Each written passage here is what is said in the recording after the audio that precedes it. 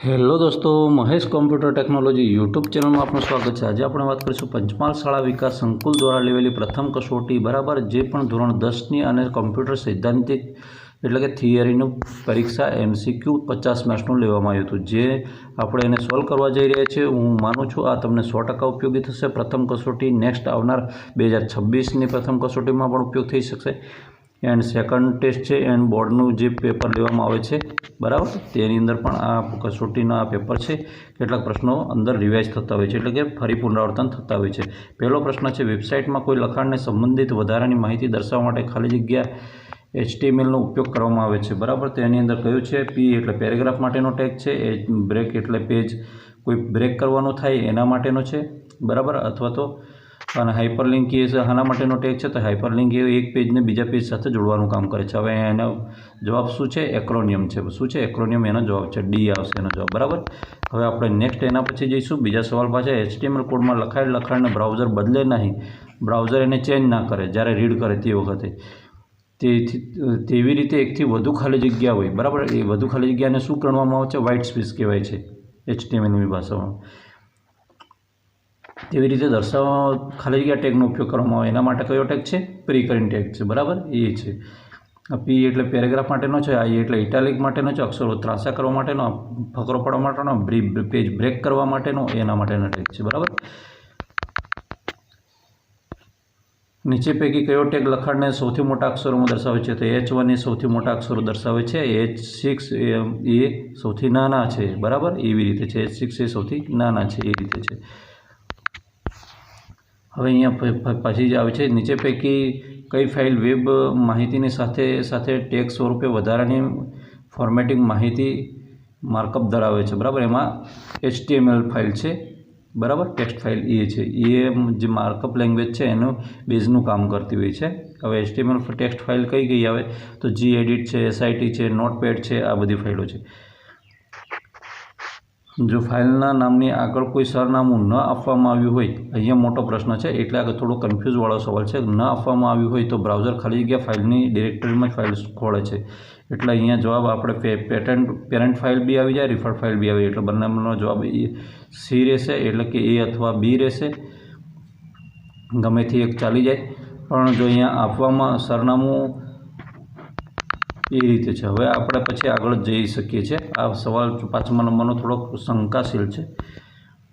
HTML coding paragraph, હવે અહીંયા વાત કરી છે પેરેગ્રાફ એટલે કે P અને સબ SUP આવશે, તો એ શું આવશે ખબર છે? આપણે 10th એમ કરીએ છીએ ને, 10મા ઉપર TH મારીએ છીએ એ રીતે આ ઉપરના ભાગમાં ઘન છે, વર્ગ છે, ઉપર ચડે ને એ રીતે જતું રહેશે। એટલે આ બગડો અહીંયા રહી જશે, તો આ બગડો બેઝમાં આવ્યો અને આ પછી કોડિંગ મારીને આને ઉપર ચડાવ્યો એટલે આ બગડો ઉપર વર્ગમાં જતો રહ્યો અને ઇઝ ઇક્વલ ટુ 4 એટલે 4 તો 4 રહી ગયા, એટલે જવાબ આનો D આવશે। કયો આવશે? પ્રોપર જવાબ D આવશે। હા, અહીંયા જો SUPની જગ્યાએ સબ કર્યું છે, નીચે સબ, તો આ આવી જતું બરાબર, એ આવી જતો જવાબ, પણ અહીંથી ત્યારે એ આવશે બરાબર। હવે 7મા નંબરનો છે, HTML દસ્તાવેજ નીચે પૈકી શેમાં બનાવી કે સુધારી શકાય છે?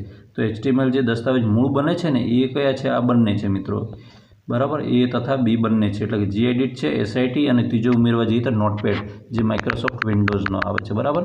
હવે જનરલી બધા મોટે ભાગે એની અંદર પ્રેક્ટિસ કરતા હોય છે, શીખાવ માણસો, બાકી જે પ્રોપર સોફ્ટવેર બનાવે છે ને કામ કરે છે ને gedit ને સાઇટ છે એની અંદર કામ કરે છે। HTML દસ્તાવેજનો બોડી વિભાગ કયા ટેગની વચ્ચે આવરી લેવાય છે? બોડી વિભાગ તો અહીંયા નામ કહી જ દીધું છે એટલે બોડી ટેગ જ આવે મિત્રો બરાબર। એન્ડ હેડ એટલે ઉપર મથાળાનો ભાગ છે, હેડની અંદર શું રહે? તો ટાઇટલ રહે, એ આપણને બધાને ખબર છે। અને સ્ટાર્ટ HTML ને એન્ડ HTML એ પણ આપણને ખબર છે, છતાંય આપણે થોડુંક રિવાઇઝ કરતા જઈએ પેપરમાં। HTML ભાષા ખાલી જગ્યા પરથી ઉતરી આવેલી છે, તો HTML જ્યારે આવી ને ત્યારે એ એની પહેલાં શું હતી? SJML હતી। શું હતી? SJML હતી। એના પરથી પ્રેક્ટિકલ કરતાં બર્નન લીનું કામ હતું, એને આ બધું કર્યું હતું। પછી gedit ટેક્સ્ટ એડિટરમાં પૂર્વ નિર્ધારિત રીતે ફાઇલને ખાલી જગ્યા નામ આપવામાં આવે છે, તો એમાં આપણને તો કન્ફ્યુઝ કરાવે એવો સવાલ છે। અનટાઇટલડ 1 આવે એવું કરે છે, પણ વાસ્તવમાં એનો જવાબ અનસેવ્ડ ડોક્યુમેન્ટ 1 આવે છે બરાબર, એટલે એનો જવાબ B આવે છે બરાબર। પછી આવે છે HR સ્પેસ એ કરીને, અને આ જે આપણે અહીંથી ક્લોઝ કરતા હતા એ પાછળ રાખવામાં આવ્યો છે ટેગને. એલિમેન્ટ કયા એટ્યુબની કિંમત ટકાવારીમાં આપી શકાય છે, બરાબર. તો એની અંદર અહીંયા જવાબ છે 11માંનો છે, વિડ્થની અંદર આપેલો છે, એટલે કે મતલબ જે છે પહોળાઈ છે એના વિશે છે. હવે સંજ્ઞા આર એટલે કે રજિસ્ટરની વાત કરી છે. આ રીતે આપણે નહીં કરતા. કોઈ રજિસ્ટર દર્શાવવા માટે નીચે પૈકી HTML કોડિંગમાં શું લખવામાં આવે? તો HTMLમાં એની અંદર બે વસ્તુ છે, બરાબર. આની અંદરથી તમે ટેક્સ્ટમાં જોઈ શકો છો. આપણે ડીનો આવે છે એટલે કે એ અથવા બી, એટલે કે આ અથવા આ બંનેમાંથી કોઈ પણ એક હોય તો આ રજિસ્ટર એવું લખેલું છાપી શકાય છે. કઈ રીતે આવું તમારે ટેક્સ્ટ એડિટરમાં લખવાનું? તો એ આમાં છાપશે, બ્રાઉઝરમાં છાપશે, બરાબર, વેબસાઇટના પેજમાં છાપશે, બરાબર, એમાં કન્વર્ટ થશે. 13 છે, 13ની અંદર આ ઉપર દર્શાવેલો HR ટેગ છે એ ટેગ એલિમેન્ટની જેમ ખાલી એલિમેન્ટ છે, બરાબર. તો એના માટે શું આવશે? તો એના માટે આવશે 13મા માટે BR આવશે. આ એમ્પ્ટી આપણે હમણાં પેજ બ્રેકની વાત કરી હતી ને હમણાં એ રીતે, બરાબર, એ કામ કરતું હોય છે. પછી નીડ એલિમેન્ટનો ખાલી જગ્યા ટેગ તમામ સંબંધિત URL માટે આધારરૂપ URL ટાર્ગેટ નિશ્ચિત કરે છે. નીડ નથી, હેડ હશે. હા, સોરી યાર, હેડ. મને એવી થયું કે નીડ તો આવે જ નહીં, એવો કોઈ ટેગ જ નથી. તો એના માટે શું કામ કરે છે? બેઝનું કામ કરે. જે બેઝ ટેગ છે એ ટાર્ગેટને નિશ્ચિત કરે છે, બરાબર. HTML દસ્તાવેજના ખાલી જગ્યા સર્ચ એન્જિન દ્વારા વેબ પેજને અસરકારક રીતે શોધવાનું કાર્ય સરળ બનાવે છે. તો 15માનો જવાબ શું આવશે? તો મેટા ટેગ છે એને શોધવાનું સરળ કાર્ય કરે છે. હવે આ મેટા ટેગ તો તમે કદાચ ફેસબુકને આ બધી વસ્તુ વાપરતા હોય ને તેની અંદર આવે છે, ખબર છે? મેટા ડેટા એમ કરીને આવે છે. લખાણમાં મહત્ત્વની બાબત કે રજૂ કે કરવા પડનારા કાર્યો છે એટલે મસ્ટ બી ડન, જે ફરજિયાત છે, અગત્ય, ઇમ્પોર્ટન્ટ છે, એવા દર્શાવવા માટે ખાલી જગ્યા ટેગનો ઉપયોગ કરવામાં આવે છે, બરાબર. તો એવા ઇમ્પોર્ટન્ટ કાર્યો છે એના માટે કયો ટેગ છે? ટેગ EM છે, બરાબર. હવે 17મા નંબરનો સવાલ આવે છે કે 17મા નંબરની અંદર દેખવા જઈએ તો 17મામાં શું કહે છે? HTML દસ્તાવેજમાં મેટા ટેગનો ખાલી જગ્યા ગુણધર્મ, એવો કયો ગુણધર્મ જે બ્રાઉઝર અને સર્ચ એન્જિનની સંબંધિત માહિતીની ગોઠવણ કરે છે, બરાબર. તો એની અંદર કયો આવે છે? તો 17માની અંદર આપણે જે કન્ટેન્ટનો ગુણધર્મ છે એ આવશે. કન્ટેન્ટ મેટા ડેટા છે, કન્ટેન્ટને એની વ્યવસ્થિત રીતે રજૂઆત કરવાનું કામ કરતો હોય છે, એમાં બેઝ નહીં આવે. હા, હવે સજાવટ અને રંગીન બેકગ્રાઉન્ડ પર લખાણને રજૂ કરવા માટે બોડી ટેગના ખાલી જગ્યા એટ્યુબનો ઉપયોગ કરવામાં આવે છે. આમાં તમે બીજી કલર કરી દો એવું કન્ફ્યુઝવાળો વિષય છે. બાકી છે એનો જવાબ બેકગ્રાઉન્ડ છે, બરાબર. એનો શું જવાબ છે? બેકગ્રાઉન્ડ છે. જવાબ બી આવશે. 19મા નંબરનો સવાલ છે. ખાલી જગ્યા ટેગ લખાણને નિર્ધારિત ઢબે ત્રાંસા સ્વરૂપે રજૂ કરે છે. એવો કયો ટેગ છે કે જે લખાણને ત્રાંસા રાખે છે? હવે આપણે ઓનલી ઇટાલિકથી પરિચિત છીએ કે ઇટાલિક અક્ષરનું જે છે ટેગ એ અક્ષરને ત્રાંસા કરે છે, પણ ઇટાલિક આમાં છે જ નહીં, બરાબર. તો તમે એમાંથી કયો ટેગ એવો છે કે જે ડિફરન્ટ છે, એટલે કે જે ફોર્મેટ જે મૂળ લખેલું છે એને ડિફરન્ટ સ્ટાઇલમાં ચેન્જ કરવાનું કામ કરે છે, બરાબર. એને આ રીતે કહેવામાં આવે છે. પછી એના પછી છે HTML ટેગનો ટિપ્પણીનો અંત દર્શાવે છે. ટિપ્પણીનો અંત કયો છે? આ છે એ ટિપ્પણીનો અંત દર્શાવે છે. આમ ટપકા કરીને પછી આમ કરીને આ રીતે હોય છે, બરાબર. અને સ્ટાર્ટ ટેગ કયો છે? ટિપ્પણીનો સ્ટાર્ટ ટેગ આયરો, આ ઉદ્ગાર ચિહ્ન જેવું હોય છે. આમ કરીને ઉદ્ગાર ચિહ્ન જેવું મારવામાં આવે છે, પછી ડોટ ડોટ ડોટ કરવામાં આવે છે. ટિપ્પણી મીન્સ કોમેન્ટ. એની કોમેન્ટની અંદર લખેલું હોય છે કે આની અંદર આવી માહિતી, વધારાની માહિતી એમાં હિન્ટ આપી દેવામાં આવે. શીટ ટેબ પરનું ચિહ્ન પ્રથમ વર્કશીટ દર્શાવે છે. અહીંયા આપણે પહોંચી ગયા કેલ્સીમાં, એક્સેલમાં પહોંચી ગયા, બરાબર. અહીંયા તો એ પ્રથમ વર્કશીટ પરનું જે ચિહ્ન છે એ આ ડી છે, બરાબર. કયું છે? ડી છે. કેમ કે અહીંયા વચ્ચે આવું રહેતું હોય છે. પછી વચ્ચે એના પછી કયું બટન આવે? આ રહેતું હોય છે. પછી બીજા નંબરનું બટન કયું આવે? આ આવશે. પછી ત્રીજા નંબરનું બટન કયું આવશે? આ આવશે. અને પછીનું આ આવશે, બરાબર. એ રીતનું હોય છે. એટલે સૌથી છેડાના સીટ પર ભાગી જવું હોય તો અહીંયા કરી શકાય, સૌથી પહેલી સીટ પર અહીંયા કરી શકાય, અને એક ભાગવું હોય તો આ સીટોનું બટનોનો ઉપયોગ કરીને તમે એ કરી શકાય.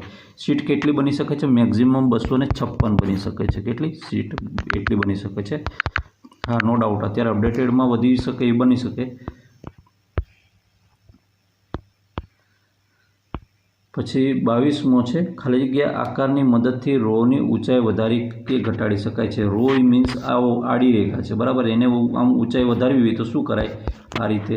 તો આપણને આમ દિમાગ આવી જાય કે ભાઈ એમનો જવાબ આ આવે, બરાબર. સીધી વાત છે.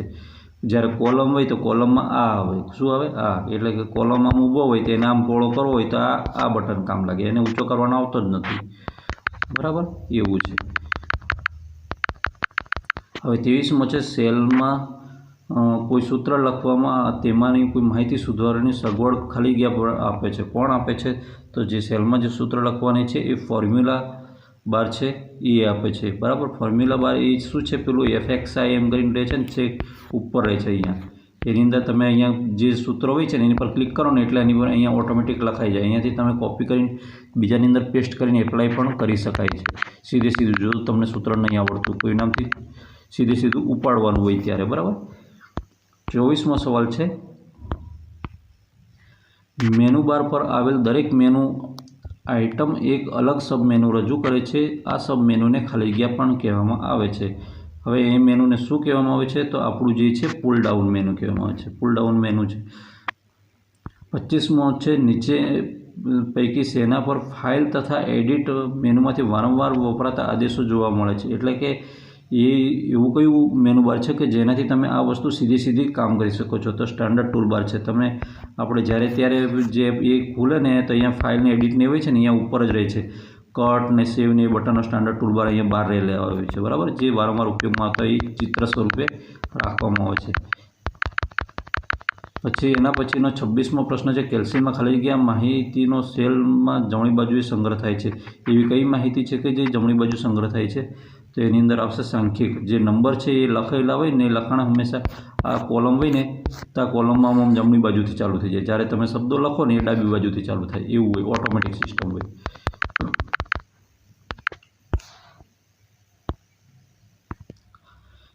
કેલ્સી વર્કશીટમાં ખાલી જગ્યા સ્થાનાંક પદ્ધતિમાં સૂત્રની અન્ય સેલમાં નકલ કરવામાં આવે ત્યારે સેલના સંબંધિત સ્થાન પ્રમાણે સેલ એડ્રેસ આપમેળે બદલાઈ જતું હોય છે. એમાં સાપેક્ષ જવાબ આવશે, બરાબર.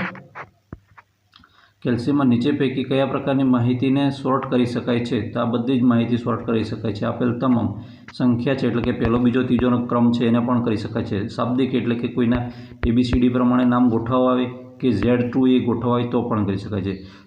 તારીખ કોઈને ચડતી ઉતરતા ક્રમમાં ગોઠવી તો પણ. એટલે આ બધું જ એક્સેલની અંદર ઉપર નીચે કરી શકાય છે, બરાબર. એના માટે આપણે સ્પેશિયલ કરવા પડતું નથી. ખાલી શોર્ટ બટન પર ક્લિક કરી દો એટલે ડાટા ઓટોમેટિક ચડતા ઉતરતા ક્રમમાં થઈ જતા હોય છે. કેલ્શિયમમાં વેલિડિટી ડાયલોગ બોક્સનો ખાલી જગ્યા ટેબ અમાન્ય ડેટા નિયંત્રિત કરવા માટેના વિકલ્પો દર્શાવે છે, બરાબર. તો અમાન્ય ડેટા છે એને હિન્ટ કરવાનું કામ કોણ કરે? તો એરર એલર્ટ છે. એટલે એ તમે જો તમે સૂત્ર ખોટું નાખ્યું તે તમને ફટ દઈને કહે છે કે ભાઈ આ ખોટું છે, એવી માહિતી આપતું હોય છે, બરાબર. ક્રાઇટેરિયા એ શું છે કે તમે કોઈ ચોક્કસ નિશ્ચિત વિસ્તાર છે એટલા અંદર કામ કરો એના માટેનું છે, બરાબર. એટલે એ ક્રાઇટેરિયા એમાં નહીં લાગુ પડે.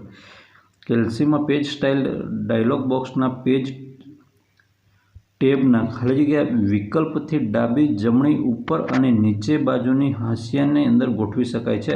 હવે આપણે એવું કહી દઈએ કે તો આ અહીંયા તમે ગોટાળે ચડશો, પણ પેજને ઉપર નીચે ડાબી બાજુ જમણી બાજુ હરખું કરવું હોય તો માર્જિન કામ કરશે. શું કરશે? માર્જિન કામ કરશે, બરાબર. હવે 31મો સવાલ આવે છે. હવે 31મો સવાલ છે એ 31મો સવાલ થોડોક શંકાશીલ છે. મેં હમણાં તમને ક્યારનો એક સવાલ વિશે વાત કરી હતી. એ સવાલ હતો 5મા નંબરનો અને અહીંયા 31મો સવાલ છે. આપણને કેલ્શિયમમાં ખાલી જગ્યા નિરપેક્ષ સ્થાનાંકનું સેલ એડ્રેસ છે, બરાબર. તો એની અંદર શું જવાબ આવશે? તો એની અંદર જવાબ આવશે આપણને સી જવાબ આવશે, બરાબર. નીચે પૈકી કયું file format web page format માટેનું છે, બરાબર. તો એની અંદર શું જવાબ આવશે? તો એની અંદર જે છે એની અંદર HTML આવશે. શું આવશે? વેબ પેજ માટેનું ફાઇલ ફોર્મેટ HTML છે, બરાબર. એટલે તો એ વેબ પેજમાં કન્વર્ટ થઈ જતું હોય. કેલ્સીમાં ડેટા ફિલ્ટરિંગમાં કોઈ વિશિષ્ટ, અહીંયા વિશિષ્ટ શબ્દ વાપર્યો છે, યાદ રાખજો. વિશિષ્ટ વિકલ્પ મેળવવા નીચે પૈકી કયા વિકલ્પનો ઉપયોગ કરવામાં આવે છે? વિશિષ્ટ મેળવવો હોય તો એની અંદર શું આવશે? સ્ટાન્ડર્ડ ફિલ્ટર લેવું પડશે. શું સ્ટાન્ડર્ડ ફિલ્ટર? જો તમારે વિશિષ્ટ નથી જોઈતું અને કોમન જોઈએ છે એટલે કે ઓલ કરી દો તો બધાની અંદર એ કરી શકાય. ટોપ 10 એટલે સૌથી 10ની અંદર, આની અંદર સૌથી 10 ટોપર 10 માર્ક્સ જોઈએ છે તો તમે આ રીતે સર્ચ કરી શકો, એ રીતે છે, બરાબર. અને કોઈ ચોક્કસ નંબર ખોળો છો તો એ સ્ટાન્ડર્ડ ફિલ્ટર આપવું પડે, એવું હોય છે. ફિલ્ટર એટલે કે જે માહિતી છે એને ગાળીને સીધું તમને કુલ માહિતીમાંથી તમે જે માંગો એ પ્રકારની માહિતી તમને સર્ચ કરીને આપી દેતું હોય છે. કેલ્સીમાં રોને ચોક્કસ માપ આપવા માટે, હવે રો એટલે આપણે વાત થઈ હતી આડા લીટા છે કેલ્સીમાં, માપ આપવા માટે નીચે પૈકી કયા મેનુ બારનો ઉપયોગ કરવામાં આવે છે? એનું સ્ટેપ શું છે એમ કે છે, બરાબર. તો અહીંયા શું કીધું છે? આપણે ફોર્મેટ મેનુ બાર તો ઉપયોગ થાય છે, તો એની અંદર રો કીધું છે ને રોની શું થાય? રોની ઊંચાઈ થાય કે પહોળાઈ થાય? આ અહીંયા પહોળાઈની વાત આવી એટલે અહીંયા તો પહોળાઈ તો આવતી નથી. પહોળાઈવાળું આ લાગુ પડે કોને? કોલમને. આપણે રોની વાત છે એટલે હાઇટ લાગુ પડશે. જવાબ સી આવશે. કેલ્સીમાં નીચે પૈકી કયું વિધાન સેલ એ અને A10ની કિંમતનો સરવાળો કરે છે? તો એમાં સરવાળો કરવા માટે સૌ પ્રથમ શું લાગુ પડે? તો ઇઝ ઇક્વલ ટુ લાગુ પડે. શું લાગુ પડે? ઇઝ ઇક્વલ ટુ, અને સમ એનું સૂત્ર છે. પછી બ્રેકેટ લાગશે. બ્રેકેટ લાગશે અને સૌથી પહેલું શું આવશે? A1 આવશે, બરાબર. અને A1 આવશે, અને A1 આવ્યા પછી શું આવશે? મેં A1 ટાઈપ કરી દીધું, બરાબર. અને પછી થી મારવાનો આવશે એટલે જેમ, અને પછી બીજા નંબરનું એન્ડ આવશે A10 આવશે, બરાબર. A10 માં બ્રેકેટ થઈ ગયું એટલે જવાબ કયો આવ્યો? સી આવ્યો, બરાબર. એ રીતે આવશે. 36મા નંબરના સવાલ પર પહોંચી જઈએ. ખાલી જગ્યા વિધેય આપેલ ધન સંખ્યાની પ્રાકૃતિક લઘુગણક કિંમત છે એ પરત કરે છે, રિટર્ન કરે છે, બરાબર. તો એની અંદર શું જવાબ આવશે? તો જે લઘુગણક કિંમત છે એ ln આવશે. પછી અહીંયા આવ્યું આ ઇઝ ઇક્વલ ટુ એક્સટ્રેક, અહીંયા બ્લુવાળો જે જવાબ આવે છે એનો જવાબ શું આવશે? તો બી આવશે. મિત્રો આ જે છે એ એક્ઝામ્પલમાંથી લેવામાં આવ્યું છે, બરાબર. એ અંદર આપેલું એક્ઝામ્પલ છે એની અંદરથી લીધેલો છે. હવે નીચે પૈકી ટેક્સ્ટમાંથી નીચે પૈકી કયું વિધેય કોઈ ચલ ધરાવતું નથી? હવે કોઈ ચલ ધરાવતું નથી એટલે એ તમને કહી દઉં. ડેટ છે તે ચોક્કસ અંદર માહિતી માંગે છે. આ જે ટેગ છે આ વિધેય ચોક્કસ માહિતી માંગે છે. ડે છે એ પણ માંગે છે, ડેઝ છે એ પણ માંગે છે, બરાબર. પણ નાવ છે એની અંદર કોઈ પણ માહિતી ના હોય તો પણ નાવ જે એ છે કામ કરી જતું હોય છે. એટલે એનો જવાબ શું આવશે? આ વિધેય આવશે. નાવ ડી કરીને છે એ આવશે, બરાબર. હવે એના પછી આપણે નેક્સ્ટ આગળ જઈશું.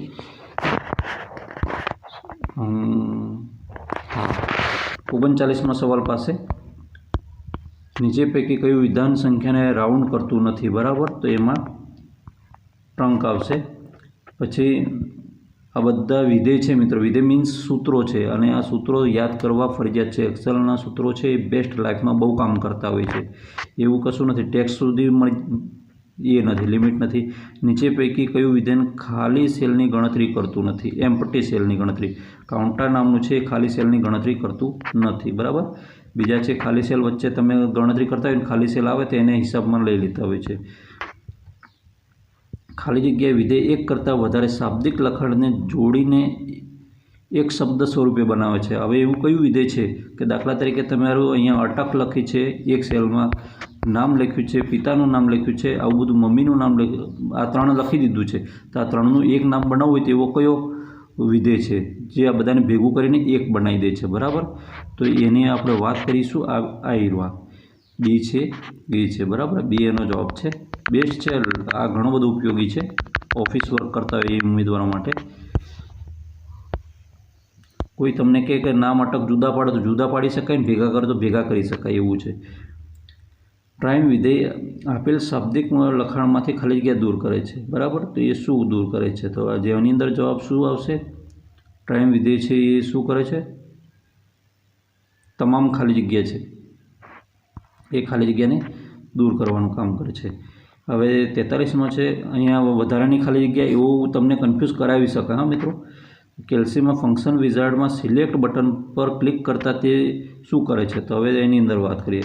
કેલ્સીમાં ફંક્શન વિઝાર્ડની વાત કરી. ફંક્શન વિઝાર્ડ એટલે આપણે પેલું સૂત્રવાળું મેં હમણાં ક્યારનું કીધું હતું ને, એફએક્ટ છે એની પાસે આવું રહે છે એ વાળું, બરાબર. એની અંદર સૂત્ર છે, એની પર ક્લિક કરશો ને એટલે તમને ઓલરેડી સૂત્રો તમને આપવાનું ચાલુ કરી દેશે, તમે કોઈ સૂત્ર સિલેક્ટ કર્યું ના હોય તો, બરાબર. તો એ શું આવશે?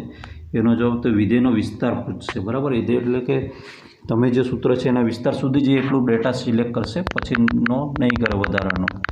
તમારે જે એક્સેલમાં જો સૂત્રો મારેલા હોય તો 44 નંબર છે ઇઝ ઇક્વલ ટુ રેન્કવાળું જે છે એમાં વિધેય A1 થી F1 સુધીના સેલમાં આવેલ સંખ્યાઓને ઉતરતા ક્રમમાં ગોઠવીને પરિણામ આપે છે. તો એનું શું આવશે? 44માંનો જવાબ 0 આવશે, બરાબર. આનો 45માં સવાલ પાસે પહોંચી જઈએ છીએ. ખાલી જગ્યા ચિહ્નનો અંતિમ જે ટર્મિનલ પણ કહેવામાં આવે છે. હવે અહીંયા આપણે જે 9મો જે પાર્ટ છે એની અંદરથી પ્રશ્નો અહીંયા ચાલુ થઈ ગયા છે, બરાબર. અહીંયા સ્ટાર્ટ એન્ડ આવે છે. હવે સ્ટાર્ટ એન્ડ શાના માટે વપરાય છે?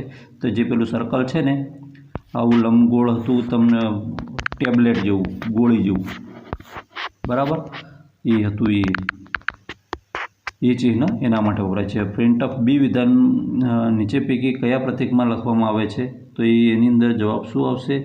તો સમાંતર ચતુર્ભુજ આવશે, બરાબર. પછી કાર્ય જે ક્રમમાં કરવાનું હોય તે દર્શાવવા માટેના ચિહ્નને શું કહેવામાં આવે છે? તો કાર્ય જે ક્રમમાં કરવાનું હોય એનો ક્રમ દર્શાવવા માટે એરો દર્શાવવામાં આવે છે, બરાબર. આ શંકાશીલ લાગી જાય છે.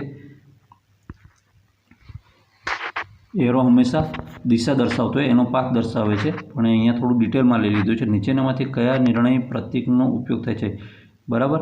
તો અહીંયા નિર્ણય કેટલા પ્રકારના હોય છે? એમ સિમ્પલ ગુજરાતી ભાષામાં કહું તો અહીંયા નિર્ણય છે ઘણા બધા પ્રકારના હોય છે. દાખલા તરીકે દ્વિમાર્ગીય નિર્ણય એટલે કે તમારે ભણવું છે કે નથી ભણવું, તો ઘણા વિદ્યાર્થી હા અથવા ના કહેશે. કેટલાક એમ કહેશે હા, ના અને નથી ખબર એવું પણ કહેશે, અને કેટલાક ઘણા બધા કારણો આપશે. એવી રીતે એમ કોઈ પણ ડિસિઝન તમે એમાં સોફ્ટવેર આ રીતે ડિસિઝન લેતું હોય છે. એમાં ઘણા બધા ડિસિઝન આ રીતે ગોઠવવામાં આવતા હોય છે, એના માટે છે. અને આ જે પ્રોગ્રામ છે સોફ્ટવેરનો છે, આગળ હતો એ જે હતો એ વેબસાઇટ વેબ પેજ માટેનો હતો. ફ્લો ચાર્ટમાં જુદા જુદા અનુસંધાન એટલે કે એક્સટેન્શન ચિહ્ન ઓળખવા માટે શું વપરાય છે? તો એમાં અલગ અલગ અક્ષરો જોડીમાં હોય એ ઓળખાતા હોય છે. ફ્લો ચાર્ટમાં એક પગલાઓના સમૂહને વારંવાર પુનરાવર્તિત કરતી પ્રક્રિયાને શું કહે છે? તેને લૂપિંગ કહેવાય છે. લૂપ એમ કહેવાય છે, પણ એને એ પ્રક્રિયા પૂછી છે એટલે એને લૂપિંગ કહેવાય છે. ઓકે મિત્રો, વિડીયો ગમે તો વિડીયોને લાઇક કરજો. ચેનલ પર ન હોય તો ચેનલ સબસ્ક્રાઈબ કરવાનું બિલકુલ નહીં ભૂલતા. ચિંતા નહીં કરતા, આ જે PDF છે ડિસ્ક્રિપ્શનમાં આપી દઈશ, તમને ઉપયોગી થઈ રહેશે એવી આશા રાખું છું. કંઈ પણ પ્રશ્ન મૂંઝવાતો હોય તો કોમેન્ટમાં અવશ્ય જાણ કરજો. જય હિન્દ. ફરી મળીશું આવી જ માહિતી સાથે.